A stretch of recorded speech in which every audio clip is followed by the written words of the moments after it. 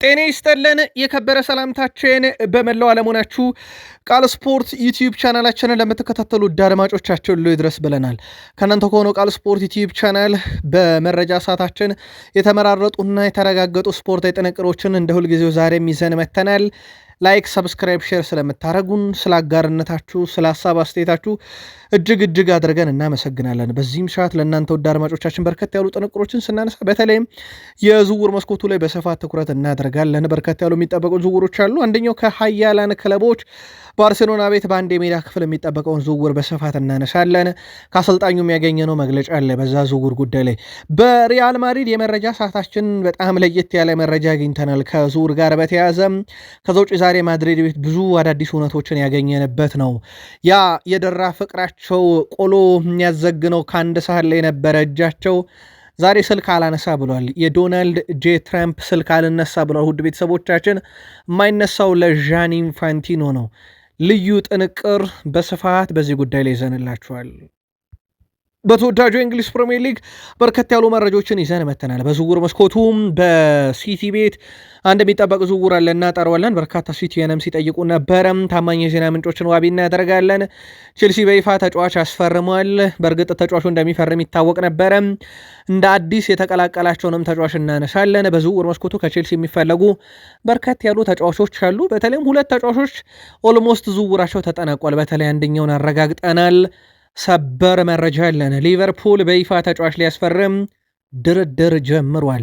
ስለ ተጫዋቹ ጥቂት ነገር እናነሳለን። ከዛ ውጭ የቡድን ዜናም በሊቨርፑል በኩል በመረጃ ሰዓታችን ይዘናል። በሊቨርፑል ደጋፊዎች ዘንድ ግን አንድ ለየት ያለ መረጃ ስለምናነሳ ሀሳብ አስተያየታችሁን እንደዚሁ እንሻለን። አብራችሁን ቆዩን።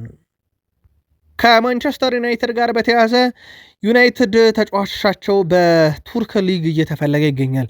ከዛ ውጭ ዩናይትድ የሚፈልገውን ተጫዋች በተመለከተ ከዩናይትድ የሚወጡ ወደ ዩናይትድ የሚመለሱና ከዛ ውጭ በዩናይትድ በኩል በ9 ቁጥር ቦታ ላይ አንድ ትልቅ የተያዘ እቅድ አለ። እቅዱን እናነሳዋለን። በእርግጥ እቅዱ ከዚህም በፊት ተሞክሮ ነበረ።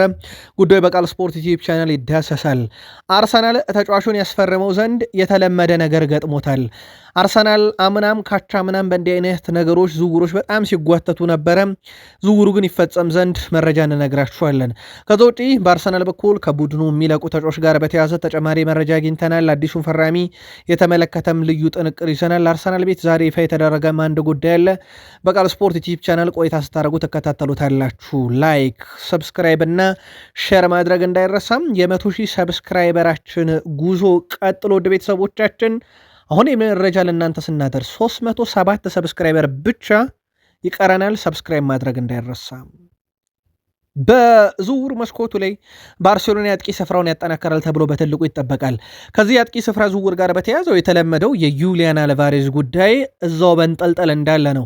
ከዚህ ጋር በተያያዘ ታዲያ ሃንሲ ፍሊክ ዛሬ ጋዜጣዊ መግለጫ ሰጥተዋል። ሃንሲ ፍሊክ አዲስ አጥቂ መቼ ነው የምታመጡት ተብሎ ጠይቀው ነበረ።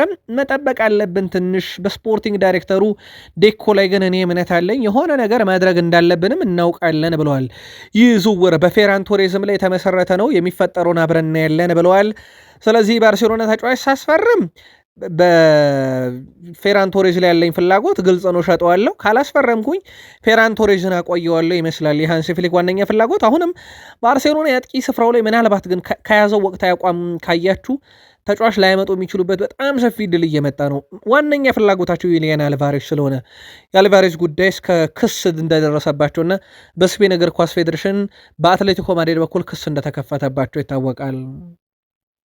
በሪያል ማድሪድ ቤት የዝውውር መስኮቱ ነገር ትንሽ ለየት ያለ ነው። ውድ ቤተሰቦቻችን በእርግጥ ቀናቶችን መጠበቅ ይኖርብናል። ላብነት ያክል በዛሬው ዕለት የቡድኑ ወሳኝና ቁልፍ ተጫዋቾች ልምምድ ማዕከል ተገኝቷል። ላብነት ያክል ቤርናንዶ ሲልቫ ዛሬ ልምምድ ሰርቷል። የመጀመሪያ ልምምዱን ሰርቷል። በነገራችን ላይ ከሪያል ማድሪድ ጋር ያው እንደተለመደው የአውሮፓ ሻምፒዮንስ ሊግ የጥሎ ማለፍ ዕጣ ሲወጣ ማድሪድ ከሲቲ የተለመደ ነው። ቢገመቱላ የማይሳት ግምት ይመስላል በአውሮፓ ሻምፒዮንስ ሊግ ዕጣ ድልድል ላይ። ስለዚህ የቀድሞ ክለቡን የመግጠም ዕድሉ በጣም ሰፊ ነው። ከዛ ውጭ ቪኒሺየስ ጁኒየር ተመልሶ ነበረ። ከዛ ካሜሮች በሙሉ የቪኒሺየስ ጁኒየርን ፊት ሲፈልጉት ነበረ። ከጆዜ ሞሪኒዮ ጋር የመጀመሪያ ቀን ግንኙነታቸው በጣም የተቀዛቀዘ ነበረ። በርካታ ምስሎችም ያንን ያሳያሉ። በሮናልዶ አይነት መንገድ ከሪያል ማድሪድ የሚወጣ ተጫዋች መስሏል። አሁን ላይ ለጊዜው የዛሬ 16 ዓመት ነበር ሮናልዶ ለማድሪድ የፈረመው 9 ቁጥር መለያን ከለበሰ በኋላ ወደ 7 ቁጥር ተቀየረ። ከዛ በኋላ ሮናልዶ እንዴት እንደወጣ ታስታውሳላችሁ። በጥቅማጥቅም ጉዳይ ከማድሪድ አልስማማ ብሎ እንደወጣ የሚዘነጋ አይደለም። የቬኔሽስ ጁኒየርም ወደዛ በጣም የቀረበ ይመስላል። የሌፕዚግ ማኔጅመንት ዳይሬክተር ማርሰል ሻፊር ያን ዲዮሜንዲን ለመሸጥ አልተስማማንም ብለው ዛሬ በጣም መነጋገር የሆነ መረጃ ይዘው ወጥተዋል። አልተስማማንም እያሉ ነው። ጣሊያናዊ ጋዜጠኛ ፋብሪዚዮ ሮማኖ ሁለቱ ክለቦች በዝውውር ዙሪያ መስማማታቸውን ከሳምንት በፊት ገልጾ የዝውውር ባለሙያዎቹም ሂር ዊ ጎ ተብሎበት ነበረ። ከስምነት እንደተደረሰ ገልጸዋል። ነገር ግን እውነት አይደለም ብለው እንደውም ፋብሪዚዮ ሮማኖ ራሱ ዋቢ አድርጓል። በነገራችን ላይ ማርሰል ሻፊር ፋብሪዚዮ ሮማኖ ሂሩጎ ብሎት ነበረ፣ ግን እኛ እኮ አልተስማማንም እያሉ ነው። አክሎም ገና ስምነት ደረጃ ላይ አልደረስንም ሲሉ በድርድር ላይ መሆናቸውን ጠቁመዋል። በርከት ያለው የዜና ምንጮች ግን ዝውውሩ ችግር የገጠመው ከወኪል ጋር በተያያዘ እንጂ በአረብ ሌፕዚግና በሪያል ማድሪድ መካከል አይደለም የሚል መረጃን ግን ሲያወጡ እንደነበረ የሚዘነጋ አይደለም። የአሜሪካው ብሔራዊ ቡድን አሰልጣኝ፣ በእርግጥ ፕሬዚዳንቱ ላይ እንመጣለን፣ ሰበር መረጃ አለን። የአሜሪካ ብሔራዊ ቡድን አሰልጣኝ ማውሪሲዮ ፖቼቲኖ ኮንትራታቸውን ለተጨማሪ ዓመታት አራዝመዋል። አሰልጣኙ በብሔራዊ ቡድኑ ያላቸው ኮንትራት ከ2026 የዓለም ዋንጫ ውድድር በኋላ አብቅቶ ነበረ። አሁን ላይ ፖቼቲኖ የአሜሪካ ብሔራዊ ቡድንን እስከ 2030 የዓለም ዋንጫ ለመምራት ተስማምተዋል። አሰልጣኝ ማውሪሲዮ ፖቼቲኖ ቡድኑን እየመሩ ወይም ብሔራዊ ቡድኑን እየመሩ 31 ፍልሚያዎችን አድርገዋል። ከነኚህ 31 ፍልሚያ አሜሪካ 18ቱን ድል አድርጋለች። አንድ ጨዋታ ወጥታለች። 12 ጨዋታ ደግሞ ሽንፈት ገጥሟታል። በዓለም ዋንጫ አዘጋጅ ሀገር ሆነ ፍሎሪያን ባሎጎንን በአወዛጋቢ ሁኔታ በቀጣይ ጨዋታ አግኝታ በጥሎ ማለፍ ቤልጅየምን ብትፋለምም የ4-1 ሽንፈት አጋጥሟት ነበረ። በወቅቱ የፍሎሪያን ባሎጎን ቀይ ካርድ መነሳት አነጋጋሪ ሆኖ ሳለ ፕሬዚዳንት ዶናልድ ትራምፕ ቀይ ሲያይ ቀጣዩ ጨዋታ እንደሚያመልጠው አላቅም ነበር ማለታቸው ይታወቃል። ለማንኛውም አሰልጣኝ ማውሪሲዮ ፖቼቲኖ ኮንትራክታቸውን እስከ 2030 አራዝመዋል። ሰበሩ መረጃ ያ ፍቅራቸው በጣም ደርቶ አነጋጋሪ የነበሩት ዶናልድ ትራምፕና ዣን ኢንፋንቲኖ አልገናኝ ብለዋል። ትራምፕ ስልክ አላነሳ ብለዋል። ውድ ቤተሰቦቻችን የፊፋው ፕሬዚዳንት ዣን ኢንፋንቲኖ ለአሜሪካው ፕሬዚዳንት ዶናልድ ትራምፕ ስልካቸውን ደጋግመው ደውለዋል። ስልኩ ግን ሊነሳ አልቻለም። ውድ ቤተሰቦቻችን ዶናልድ ትራምፕ ስልክ ሳያነሱላቸው እንደቀሩም የኒውዮርክ መገናኛ ብዙሃን አረጋግጠዋል። ዣን ኢንፋንቲኖ ስራቸውን እንዳያጡ ዶናልድ ትራምፕ ጣልቃ እንዲገቡ ነው እየተለመኑ እየተማጸኗቸው ያሉት። እናም ከነበራቸው ፍቅር ከነበራቸው የአብሮነት ቆይታ መርህ አልባ ግንኙነታቸው አሁን እየተቀዛቀዘ መምጣቱን በርካቶች እየጠቆሙ ነው። ኢንፋንቲኖ በዛሬው ዕለት ከአሜሪካ ስቴት ሴክሬታሪ ማርኮ ሮቢዮ ጋር በሚስጥር እንደተገናኙ ተረጋግጧል። የሚስጥራዊ ግንኙነት ትራምፕን የመማጸን እንደነበረም ይታወቃል። ትራምፕ እኚህን ሰው በፕሬዚዳንታዊ ወንበር ላይ እንዲቆዩ ግን ያደርጋሉ ወይ? የትራምፕ የስልጣን ገደብ አልባነት በፖለቲካው ዓለም ታይቷል። በስፖርቱም ዓለም በጥቂቱ አይተነዋል። አሁን ደግሞ ዣን ኢንፋንቲኖ ስልጣኔን ያድኑልኝ ዘንድ እያሉ አሜሪካውን ፕሬዚዳንት ዶናልድ ትራምፕን ቢማጸኑም ስልካቸው ሊነሳ አልቻለም። ውድ ቤተሰቦቻችን ጉዳዩ ሁሌም በጣም አነጋጋሪ ነው። የዶናልድ ትራምፕ እና የዣን ኢንፋንቲኖ ብቻ ሳይሆን ሰሞንኛ የፊፋ ጉዳይ በጣም አነጋጋሪ ነው። አሁን ደግሞ ስልጣኔን ያድኑልኝ እየተባለ ነው። ትራምፕ ጉዳዩን ጻፉልን። በዝውውር መስኮቱ ወደ 29 ቀን አካባቢ ይቀራል። በዝውውር መስኮቱ ለውድ ቤተሰቦቻችን ሪከርዱ ይሰበራሉ በቀሩት ቀን የሚለው ይጠበቃል። በዛሬው ዕለት ኔይማር በ222 ሚሊዮን ዩሮ ከባርሴሎና ወደ ፓሪሰን ጀርሜን ያቀናባት እቺ ቀን ነበረች። በተቀሩት ቀናት ይህ ሪከርድ ይሰበራሉ የሚለው ይጠበቃል። 173 ጨዋታን አድርጎ 118 ግብ 79 አሲስት ለ173 ጨዋታና ለ118 ግብ ለ79 አሲስት ነው 222 ሚሊዮን ዩሮ ወጥቶበት የነበረው። ቃል ስፖርት ላይ ናችሁ ውዶቻችን። የተመራረጡ ስፖርታዊ ጥንቅሮችን እያጋራናችሁ እንገኛለን። ከተወዳጁ የእንግሊዝ ፕሪሚየር ሊግ ብቻ ወዳገኘነው የዕለቱ ጥንቅሮቻችን እንሻገር። ላይክ አድርጉን። እስከ ፕሮግራማችን ፍጻሜ ከኛ ጋር ስትቆዩ ውድ ቤተሰቦቻችን፣ በነገራችን ላይ ቃል ስፖርት ዩቲዩብ ቻናልን በቀጥታ ማግኘት ካሻችሁ የእጅ ጽሑፍ መልእክቶችን የምንልክበትን አድራሻችሁን አስቀምጡልን። አድራሻችሁን ከጻፋችሁበት መልእክቱ ለህዝብ ይፋ አይደረግም፣ እኛ ብቻ እንመለከተዋለን።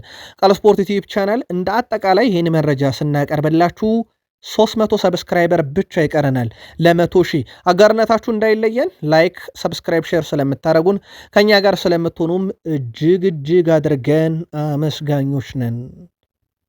ማንቸስተር ሲቲ የአዮ ቦአዲን ጉዳይ ከምን አደረሰው የበርካታ ሲቲዝኖች ጥያቄ ነው። ማንቸስተር ሲቲ በአማካኝ ስፍራ ላይ በዚህ ክረምት ኤሊዮት አንደርሰንን ከኖቲንግሃም ፎረስት 116 ሚሊዮን ፓውንድ ከፍሎ እንዳስፈረመ ይታወቃል። ሌላ አማካኝ ለማምጣት ጥረት እያደረገ እንደነበረ እና እሱም አዮ ቦአዲ እንደነበረ ይታወቃል። ማንቸስተር ሲቲ በቃል ደረጃ ከአዮ ቦአዲ ጋር ሙሉ ለሙሉ ከስምነት ደርሷል። ነገር ግን በሊልና በሲቲ መካከል የሚደረገው ድርድር አሁንም እንደቀጠለ ነው። በርከት ያሉ ክለቦች ተጫዋቹ ላይ ፍላጎት ቢኖራቸውም ተጫዋቹ ግን ሲቲን ለመቀላቀል ካለው ፍላጎት አንጻር ለሌሎች ዝውውሮች አሁን ላይ በሩ ክፍት አይደለም ይላል የጀርመኑ ተነባቢ ጋዜጣ አምደኛ ፍሎሪያን ፒልተንበርግም ዛሬ እንዳስነበበው ሲቲ ዝውውሩን ለመጨረስ በተለይም ትልቅ እንቅፋት የሆነበት የሮድሪ ጉዳይ ነው።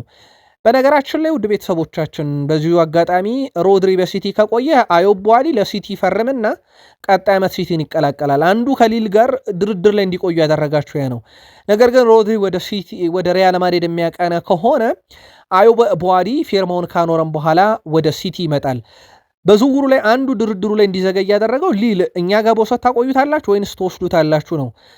እኛ ጋር የምታቆዩት ከሆነ ብለው የገንዘብ ቅናሽ ያደርጉላችኋል። ሲቲ በዚህ ዓመት የሚወስደው ከሆነ ግን የገንዘብ ጭማሪ ይኖረዋል።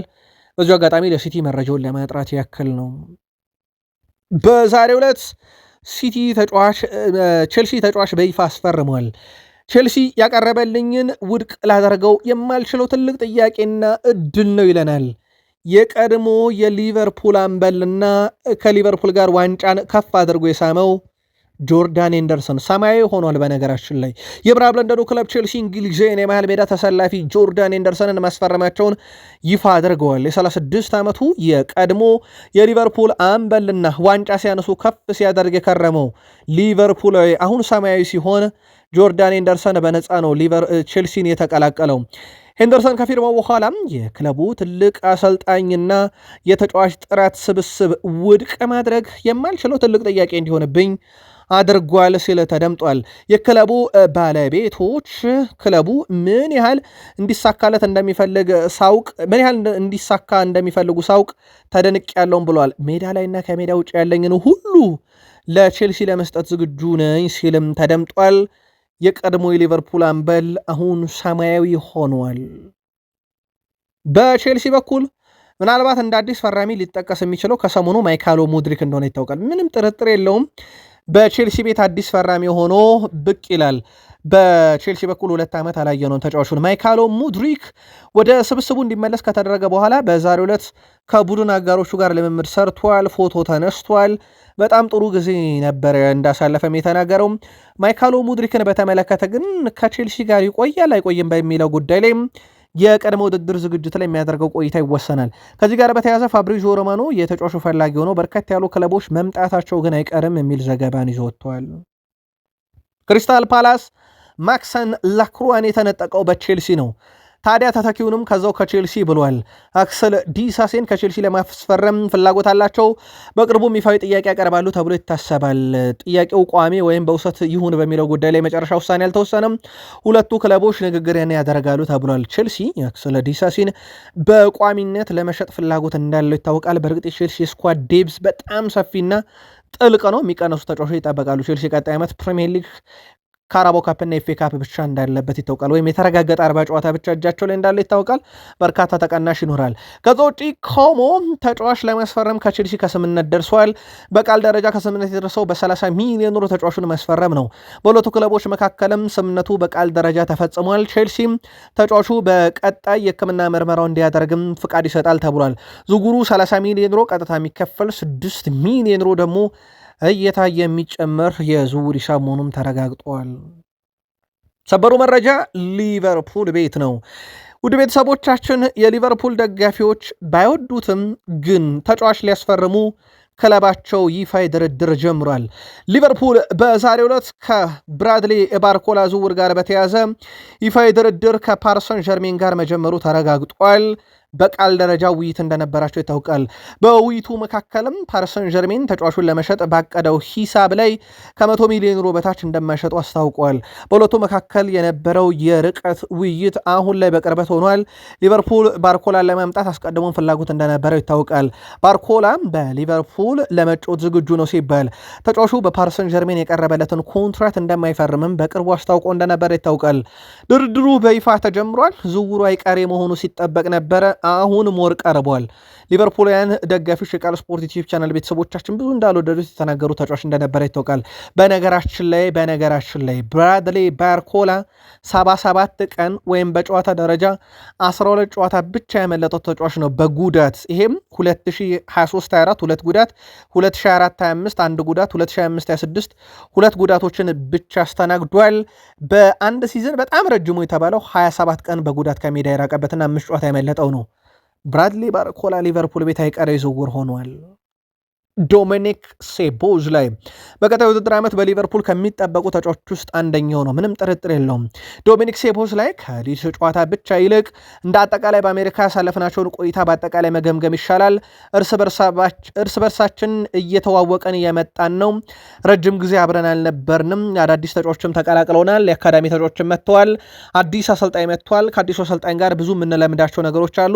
እንደ አጠቃላይ ከተገመገመ የሊድስ ጨዋታ ብቻ ሳይሆን አጠቃላይ አሜሪካ የነበረን ቆይታ መገምገም ያለበት ብሏል።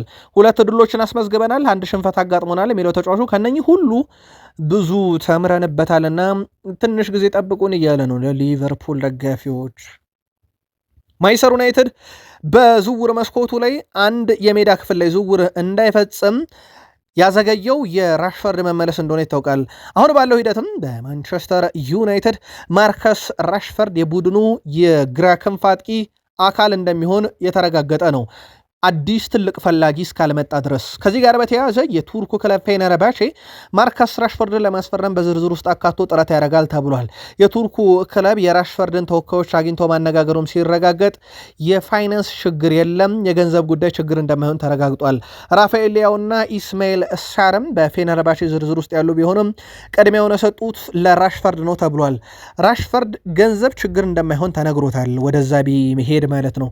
ከዛ ውጭ ግን ራሽፈርድ በአጠቃላይ ወደ ሌሎች ክለቦች ካመራ ግን በጣም በትልቅ ደረጃ የሆኑ ክለቦች ሲጠቀሱ እንደነበረ የሚዘነጋ አይደለም። በዝውውር መስኮቱ ላይ ራሽፈርድ ሊያስፈርም ይችላል ተብሎ ሲጠበቅ የነበረው ባርሴሎና ከዝውውር ወጥቷል። ስለዚህ ሀያል ክለብ ብቻ ያለው ራሽፈርድ በዩናይትድ ይቆያል ወይንስ ፌነርባቼ ሂሳብ ይዞ ከመጣ ይደራደራል የሚለው በቀጣይ ይጠበቃል። በማንቸስተር ዩናይትድ በኩል የግራ ተመላላሽ ቦታ ላይ ማይልስ ስኬሊን በዝርዝራቸው ውስጥ ከሰሞኑ አካተውት እንደነበረ ይታወቃል። በእርግጥ ቀድሞም ተካቶ የነበረና ዩናይትድ ፊቱን ወደ ሊዩሻ ለማዞሩ ነበረ እዚህ ዝውውር ላይ ቀዝቀዝ እንዲል ያደረገው።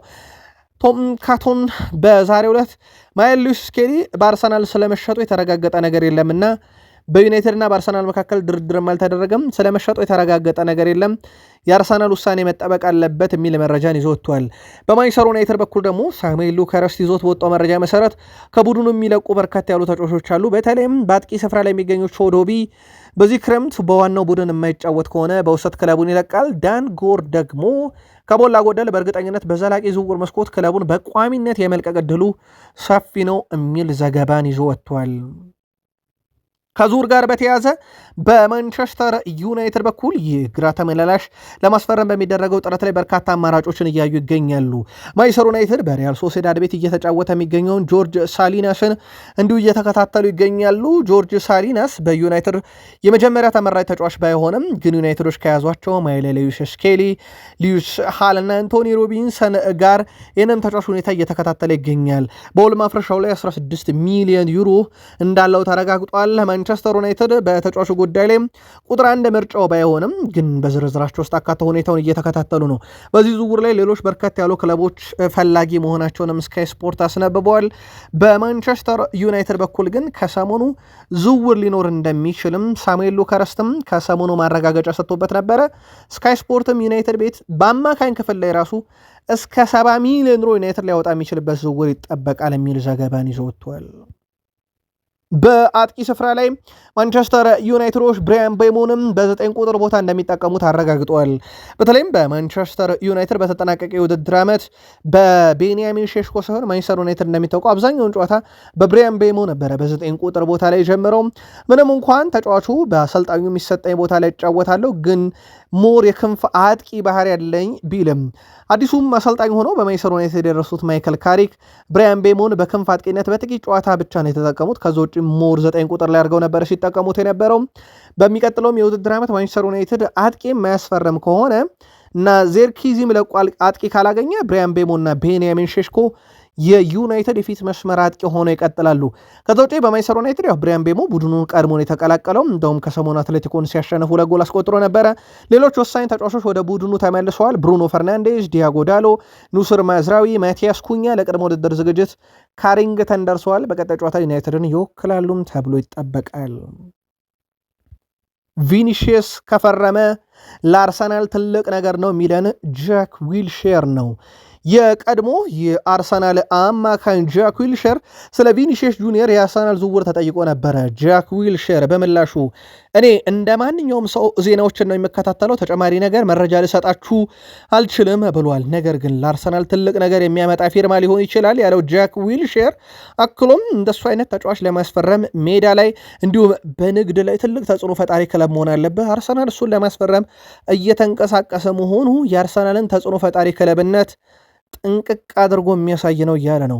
ከቪኒሺየስ ጁኒየር ጋር በተያያዘ ምናልባት ለአርሰናል ደጋፊዎች መረጃውን አፕዴት ለማድረግ ያክል ዛሬ ቪኒሺየስ ጁኒየር ሕክምና ምርመራውን በተሳካ ሁኔታ አጠናቆ የሪያል ማድሪድ ቅድመ ውድድር ዝግጅትን ተቀላቅሏል። ከጆዜ ሞሪኒዮ ጋር ተገናኝቷል። ካሜራዎች ሁሉ የቪኒሺየስ ጁኒየር ፊት ከሞሪኒዮ ጋር ሲገናኝ ደብዘዝ ያለ ነው የሚል መረጃን ይዘው እየወጡ ይገኛሉ። አርሰናል አምናም ካቻምናም ዝውውሮች ላይ አንድ በጣም ዝውውርን የሚያዘገይበት ነገር የቦነስ ክፍያዎች ናቸው፣ ወይም ተጨማሪ አድ ኦንስ ናቸው። በጣም የሚያዘገዩ ዝውውርን አርሰናል ቤት ለአርሰናል ደጋፊዎች የቅርብ ጊዜ ትውስታ ቪክተር ዮኬሬሽ ወደ አርሰናል ሲመጣ ቪክተር ዮኬሬሽ በግሉ ተስማምቶ ስፖርቲንግ ሊዝበንና አርሰናል በዋጋ ተስማምተው በቦነስ ክፍያ ግን ከ2 ሳምንት በላይ ድርድር አድርገዋል። በተለይ እንዴት ይከፈል፣ ምን ያህል ይከፈል ካስታወሳችሁ በቃል ስፖርት ዩቲዩብ ቻናልም ሰፊ ሳምንት ወስዶብን ነበረ። ያ ዝውውር በደንብ አስታውሰዋለሁ። በርካታ አርሰናልም የቃል ስፖርት ዩቲዩብ ቻናል ቤተሰቦች በደንብ ያስታውሱታል። አሁንም አርሰናል ቤት በብሩኖ ጊማሬሽ ጉዳይ ላይ ከኒካስል ጋር ሊስማሙ ያልቻሉበት ነገር አሁንም የቦነስ ክፍያ ነው። በነገራችን ላይ ከኒካስል እንደሚለቅ የተገኘው አንደኛው ፍንጭ በኒካስል ዩናይትድ በሴንት ጄምስ ፓርክ ስቴዲየም የቅድመ ውድድር ዝግጅት ጨዋታ ማስታወቂያ ላይ ምስሉ የለም። አሁን የተጫዋቹና የምስሉ መነሳት እንዲሁም ተጫዋቹ አስቀድሞ በግሉ መስማማት ሂደቶች ዝውውሩ ወደ አርሰናል ኦልሞስት የተጠናቀቀ እንደሆነ ይታወቃል። ግን አሁንም የቦነስ ክፍያ አርሰናል ቤት እና የሚከፈልበት መዋቅር ዝውውርን ሲያዘገይ የመጀመሪያ አይደለምና የብሩኖ ጊማሬሽን በዛው ልክ ሆኗል። በዚህ ጉዳይ ላይ ግን አርሰናል መልከታችሁን አጋሩን። በአርሰናል በኩል ለገበያ ይቀርባሉ። በተለይም ደግሞ እንደ ገዢው ክለብ አመጣጥ ሁኔታ ላይ ተመርኩዘን እንሸጣቸዋለን ካላቸው ተጫዋቾች አንዱ ኢታን ዋኔሪ ነው። ኢታን ዋኔሪ አርሰናልን መልቀቅ ቢያንስ በውሰት ለምዶታል። በቋሚነት የመሆን እድሉ ሰፊ ነው። በዚህኛው ክረምት ላይ ኢታን ዋኔሪ የቦሩሲያ ዶርትመንድ ኢላማ ሆኖ ሲቀጥል በበርካታ የፕሪሚየር ሊግ ክለቦችም እንደሚፈለግ ይታወቃል። አርሰናል አሁንም ዝውውሩን ለመመልከት ዝግጁ ነው።